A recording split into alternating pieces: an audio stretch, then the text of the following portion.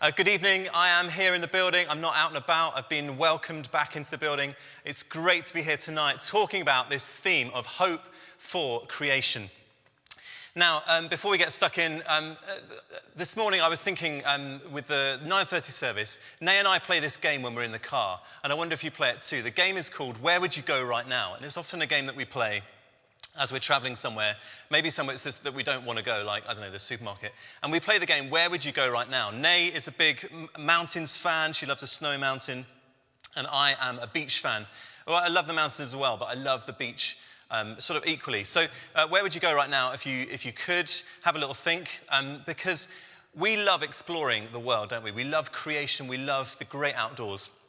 And tonight we're thinking about God's created world and hope for creation.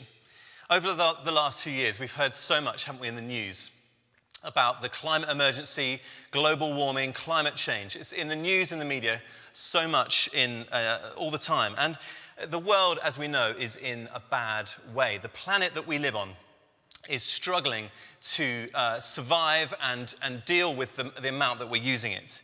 And it's because of things that we've done and the things that we've not done that it's in the way it's in.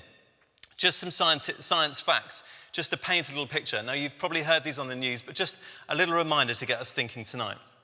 1% of the world's population, 1%, creates 99% of the world's emissions. The impact of climate change could be irreversible by 2030, and 20 of the warmest years on record have been in the last 22 years. Other estimates say that we are using 30% more resources than is sustainable. And if we keep up this level of usage, we will need the equivalent of 2 planets by 2050. Now, all these figures are pretty mind-boggling. But the climate emergency is not a new problem. And during lockdown, I discovered, when I went through some old schoolwork, it was one of my lockdown to-do lists, I went through some of my old schoolwork from when I was, well, I'm not going to give away my actual age, but I came across this piece of work that I did in the year, I'm not going to give away the year either, actually, and it says this. This is what I wrote, and this was my hope for creation back when I was at school. It says this: I would like most of the cars to have unleaded petrol. I think that ages me already. I would like the aerosol cans to be ozone friendly. You remember the CFC thing? I would like the animal traps for rabbits and badgers to be banned. And my wish for 1993 would be that there would be, for there to be no oil spillages in the seas so that marine life wouldn't die. So that was my hope for creation back in 1993. I'm not going to give away what year at school I was in, but creation problems date not even back the last 2 years in the media, not even back to when I was at school, but I'm going to say tonight, back to the beginning of creation, the beginning of time almost. And the media paints the climate emergency like a scientific problem or an ethical or a political problem or an economic problem. But tonight, I would love us to think about climate change as a theological issue. I don't know whether you think of it as a theological issue, but tonight I'd love us to get thinking that it is. Now, I recognise that this is a massive topic to cover. This probably could cover a whole week of talks. So we're not going to cover all of the ground tonight. I'm no expert either, but I'm excited that later on we're going to be joined by guys who've given loads and loads of thought to this. So stay tuned for them and join us in the Zoom after the service. But I'd love us just to get thinking tonight, and this is a little introduction, and I'd love us to frame our thinking tonight around what some theologians call the creation, the decreation, and the recreation. It's like the beginning of time, where we are now, and looking forward to the future. So let's dive right in tonight. Firstly, we know, as I said in those statistics that I read out at the beginning, that our environment, the planet that we live on, God's creation, is not in a good way. It's in trouble. And crucially, I think this is really interesting to note as well, that the climate emergency is a justice issue because the impact of it is seen to hit the most poorest areas, both first and the hardest. Areas around the world, in Africa, where the climate is drying out, where crops can't grow. Areas in Asia, where there are low-lying islands that are at risk of being submerged underwater in both Asia and the Pacific Ocean. And those least responsible for it are often impacted the most and suffer the most. Some look in the European area back to the Industrial Revolution, to the start of where modern industry created coal burning and where our pollutants were going up into the atmosphere through all the coal and the fossil fuels that were used at that time. But as I said, I'd like us to go right back to the beginning, to the Garden of Eden, to Genesis chapter 1 and chapter 2. This is the biblical accounts of how the world began, how life began, where God's instructions were, and what us as the human race did. So God creates. The Bible says that God spoke and life came into being, that we came into being. Every living thing was created by him and for him. And the final thing it says that God created on day 6 was us, the human race, man and woman in his image. The crown of creation, some people call it. Genesis 1 verse 31 says this: God saw everything that he had made, and it was very good. God was pleased with what he'd made, and he loved his creation. So my first point tonight is this: that we, as the human race, are called to care. We are called to care. And Genesis 2, verse 15, says that the people that God made, Adam and Eve, were called to work and to care for the land. So we are called to care. But as we know from the story, as it goes on into Genesis chapter 3, Adam and Eve didn't follow that instruction to care for the land. They were tempted by the devil to go their own way, to live selfish lives, and sin entered the world. Essentially, they were living as if the planet they'd been given was theirs and not God's. And instead of treating it like God's, they treated it for their own selfish purposes. And they overworked it and undercared for it. And so, in the words of that Romans passage that Precious read to us, creation started to fall into decay. Now, Paul was writing these words in Romans to the church in Rome, and clearly things weren't right with creation then either. Clearly, Paul was writing longing for change, longing for, hoping for a breakthrough, that God would break through and restore things back to how they were. And now us, we on this planet, almost 2,000 years after Paul has written those words, are feeling the same pain that Paul was writing about. I think they almost express the pain that we feel about the climate emergency today, 2,000 years on.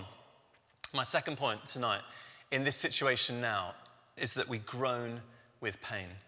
Romans 8, verse 22 says this: we know that the whole creation has been groaning as in the pains of childbirth, right up to the present day, in the hope that creation will be freed from decay and brought into the freedom and glory of the children of God.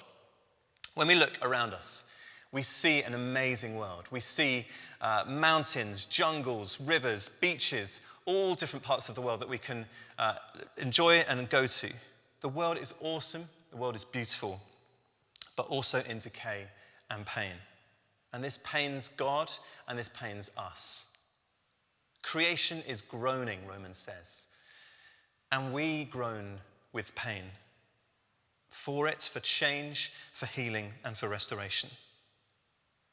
The word groan in the Greek word has a slightly different translation in some ways. Some people call that word to groan like it's being squeezed, like life is being squeezed out of creation, like it's almost been strangled, and we see that in the way that we use it now. So theologians call this decreation. So we've had the creation in the Garden of Eden. We've seen the way that we've gone to not follow God's instructions, to overwork and undercare for it. And we enter this phase now that we would call decreation. And we live in this tension between being called to care and the situation where we've abused creation now. Last year in July, right outside the doors of St Nick's here in the city centre of Bristol, we were joined for a whole week by the climate change protest group, Extinction Rebellion.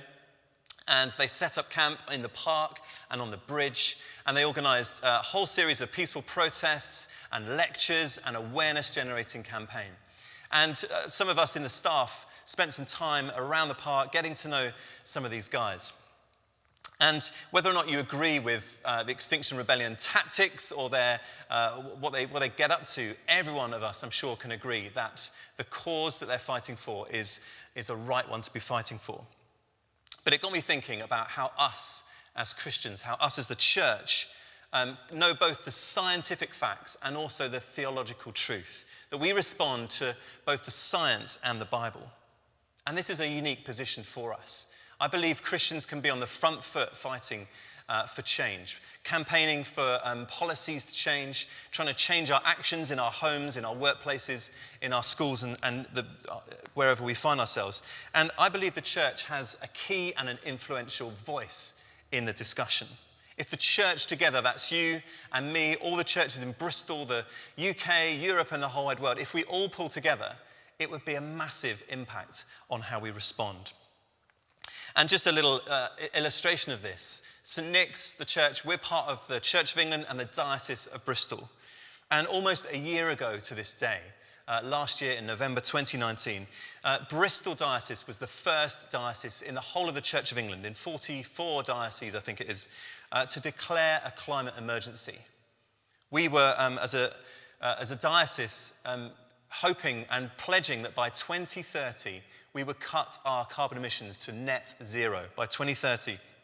And as a church, St. Nick's, we are thrilled that we are a part of that. We signed up to commit to that over the next 10 years.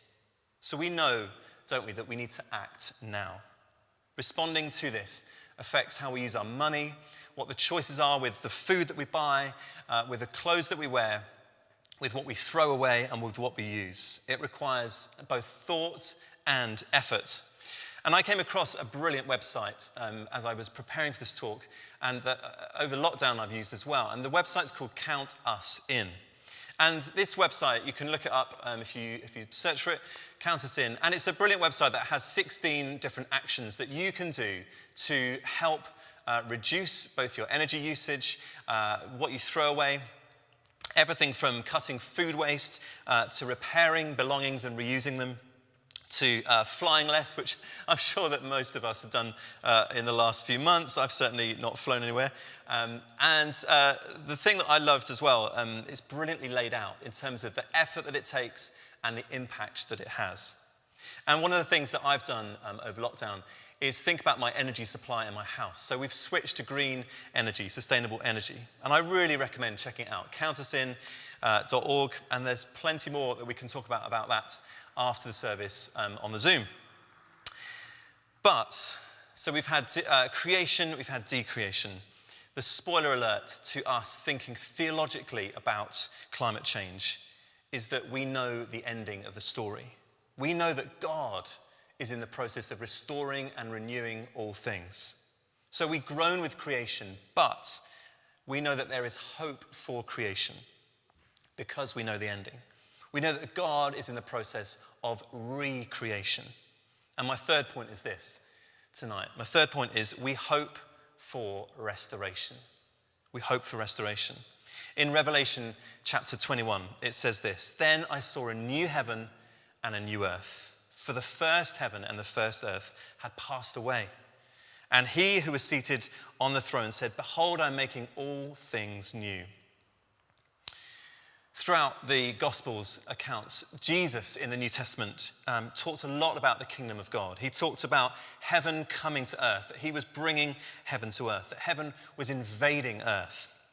And when Jesus conquered death and rose to life, this was the moment where the restoration process was fully underway. That God, by raising Jesus from death to life, was beginning the process of renewing all things, both us as humankind, as sinful and fallen, but also creation in a redemption.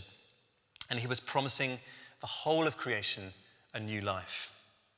And the hope that we have as Christians is that one day God will make all things new. There will be a new heaven and a new earth. And one day when Jesus returns, creation will be restored to God's original plan, back in Eden, back in that moment of creation.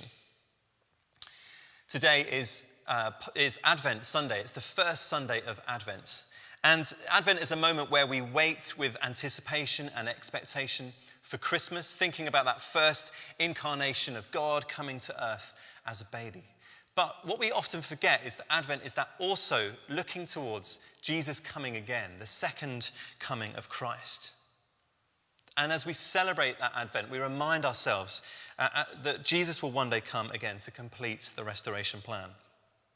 But until then, our job is to live better now and to act to slow down and reverse the damage that we've done to the planet.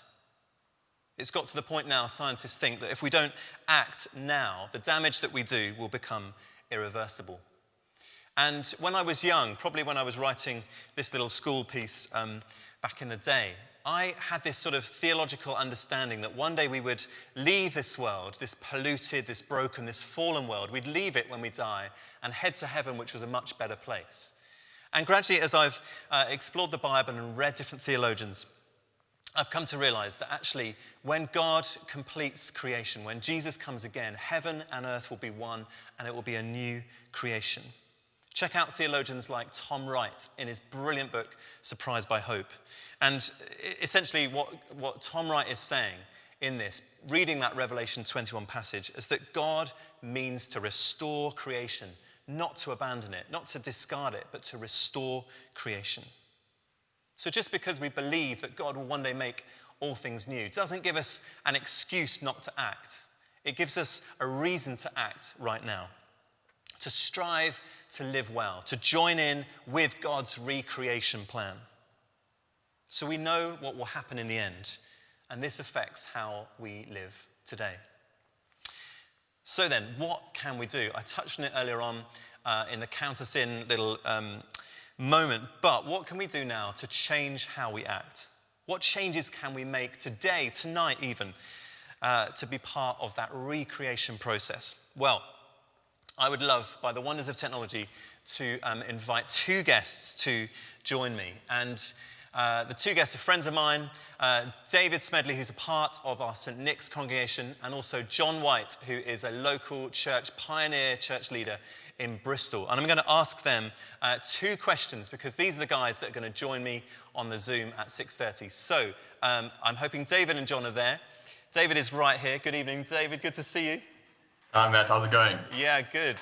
Now, give us a little teaser for what we can expect later on in the Zoom. Tell us, I'd love to ask you guys both two questions. The first is this: what impact does your faith, your Christian faith, have on your approach to the climate? So Dave, go for it. Sure, Matt. I think it's, so I was fortunate enough while I was studying and researching to go out to parts of West Africa and see firsthand the implications of what this crisis is going to mean for people on the ground.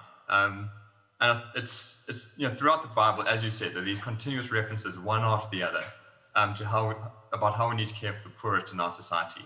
And as you said, totally correctly said, the poorest, most vulnerable people on the planet are going to be the first and the most severely affected by the impacts of the whole climate crisis. And sort of cruelly, they're also the least to blame for what's befalling them. So I think we have this fundamental mandate as part of our faith to care for the poor. It just happens that in this case, they're on the other side of the planet and completely out of sight.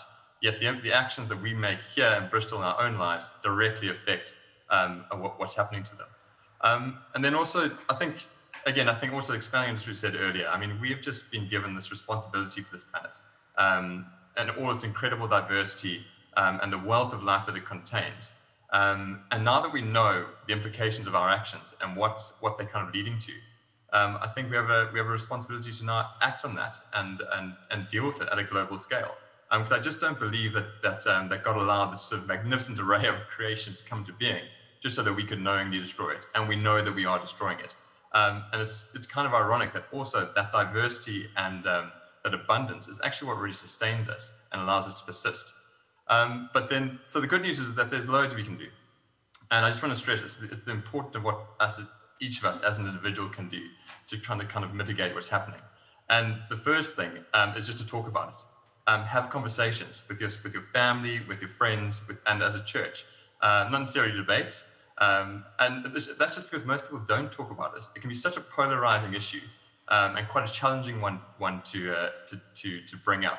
So really, it's just about engaging with each other on the topic, not necessarily arguing about the facts of the science, but talking about why it matters to you. You know, what are the pinch and the pain points? Well, how is this going to affect you, what you really care about, and the things that you hold dear? Because really, I think we're going to discuss this later. There's loads of small things we can do, but the first thing is to acknowledge that there is an issue. And by talking about it, that kind of leads to scheming, to plans, which then results in action, like we're going to talk about. That creates responsibility, that leads to habit, and then that kind of leads to the all-important change that we need to see. So we need to talk about it as friends, within our families, and as a church. And then briefly, just in terms of practical actions. So the 4 biggest sectors that are driving biodiversity collapse and the climate change agenda are agriculture, transport, energy, and fashion, the most forgotten one. Those are the 4 sectors and kind of industries that are really driving this issue. So we need to think about how we interact with each of those sectors day to day and in our long-term planning. And 99% of the time, how we interact with those areas is how we spend our money. What we eat, the clothes we buy, how we use energy, what kind of energy we use, all that kind of thing. So it's really thinking about, and then also think about how our money works for us. So where are our pensions and our investments held? You know, what kind of companies are we actually propping up and supporting by investing our money? So it's thinking both day to day and in the long term, how we interact with those different agendas, and kind of building a climate change issue and the environmental agenda into our decision making when we're spending our money, because those individual decisions cumulatively are really far-reaching and sort of have global implications. Brilliant. David, thank you so much. That's amazing. You jumped my second question, which was basically what action can we take as individuals in the church. So thank you, David. There's more from him shortly after the service. And the other person I'd love to ask the same question to is a guy called John White, who's a pioneer church leader in Bristol. So John, tell us, what impact does your faith as a church leader have on how you approach the climate? And what action can we take as individuals and as a church? Over to you, John. Yeah, I think climate emergency is what kind of opened my eyes, and Pope Francis calls it an eco-conversion, where you actually kind of have your eyes opened up in the same way that you almost have a Christian conversion. And I was at Windmill City Farm, which is a local farm, and I just saw the beauty of it and the community organization around it, and had this awakening experience that we can't lose this. We can't lose this beautiful creation. But what's been interesting is that as I've gone about studying, my theology around it's developed. And it's just, what it's been like has been like finding a hidden room in your house where you move away some wallpaper and there's this door, and you open up into it, and you have this whole new room available to you. And spiritually, I found going and thinking about creation care has opened up a whole new worship experience. It's opened up new experiences of God as creator. It's opened up new experiences of Jesus as coming into humanity and into creation, and the power of coming into context. It's made more sense of resurrection and the afterlife. And it's made more sense of myself, even thinking about fears around coronavirus and grief. And I can talk about more about that later. So yeah, what started out as this kind of fuel for interest in this around the climate emergency has deepened into this rich life in Christ, in thinking about him as creator. In terms of the difference we can make is, it feels sometimes quite overwhelming that you need to be an expert. I suppose if you were to think about a year ago, if I was to say this thing called COVID's coming, get ready for it, it wouldn't be a response to say, well, let's just have some conversations. You would have to take action on it, right? People would have, let's start thinking about vaccines, let's get ventilators, let's organize, let's all become Zoom experts. We would do something about it. And yet we know climate emergency is happening. We know we have real issues coming, and we're just not moving fast enough. So our kind of thing about at Hazelnut is, let's work and prepare now for the future that's coming. And the way that we can do that is make individual choices. But really, they need to be linked up as a community. So let's form a community that makes and lives a different way. And then let's move that into a network as well. So we have individuals living in a community, networking with others. So we're not alone in this. St. Nick's, Hazelnut, wherever you are, we need to be all working for this together. And that's where real change happens. Great. Thank you so much, John. Come along at 6:30, find out more about the Hazelnut Community Farm, which is an urban farm, a missional church, meeting in Lockleys on some ground. John is leading that, so we'd love you to come and find out more about that at the end of the service. John and David, thank you so much. We'll see you shortly. Just then, to finish tonight, I'd love to give you what I think I can only describe as a musical illustration of this. And I'm going to move over to the keyboard, so bear with me, join me over on the keyboard over here. Because I was the other day getting ready for Christmas, and one of the traditions that we have at our house, at the Southcombe house, is when we get ready for Christmas and we put up the Christmas tree, we put the film The Snowman on. And in fact, when we got our decorations up, we haven't got our decorations or our tree up yet, but we're getting ready to do that. So we got these out. So I found my little snowman scarf. And the film The Snowman, you'll know it. We put it on when we put our tree up. The film The Snowman has this famous theme tune. It goes like this. You remember it?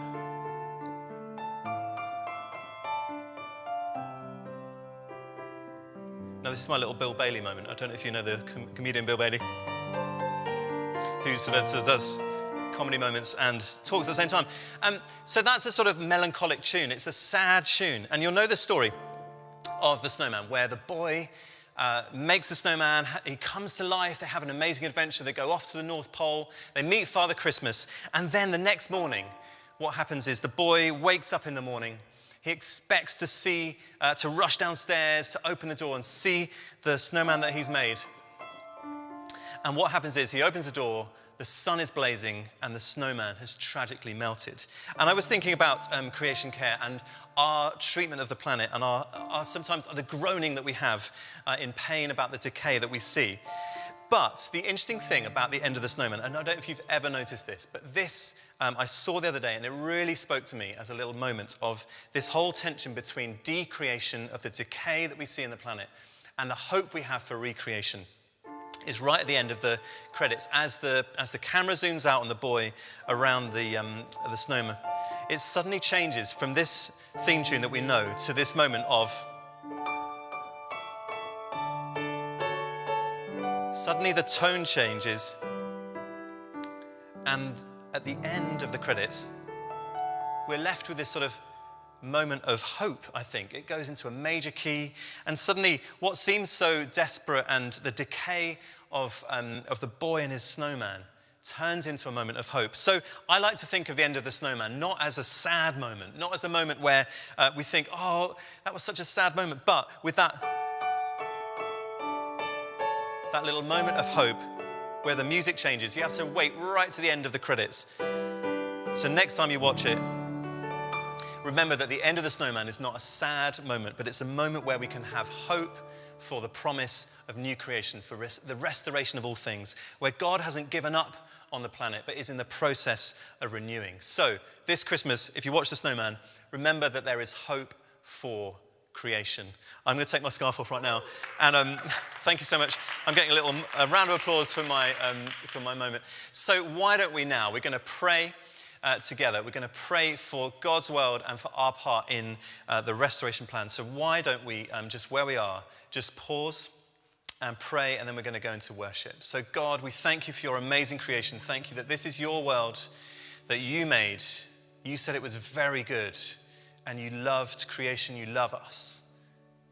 And God, we're sorry for where we as a human race have been selfish, where we've overworked and undercared for your creation. And just as John was saying in that little interview, God, would you give us an awakening in our spirits about your creation? God, would you awaken our souls so that we see creation as you do, God? And as you are in the process of restoring, of recreating, of renewing, redeeming your creation, God, would we find our place and our part in it? So God, tonight, would you stir in us that desire to act? Would you stir in us that passion to see, God, your kingdom come? In Jesus' name, amen.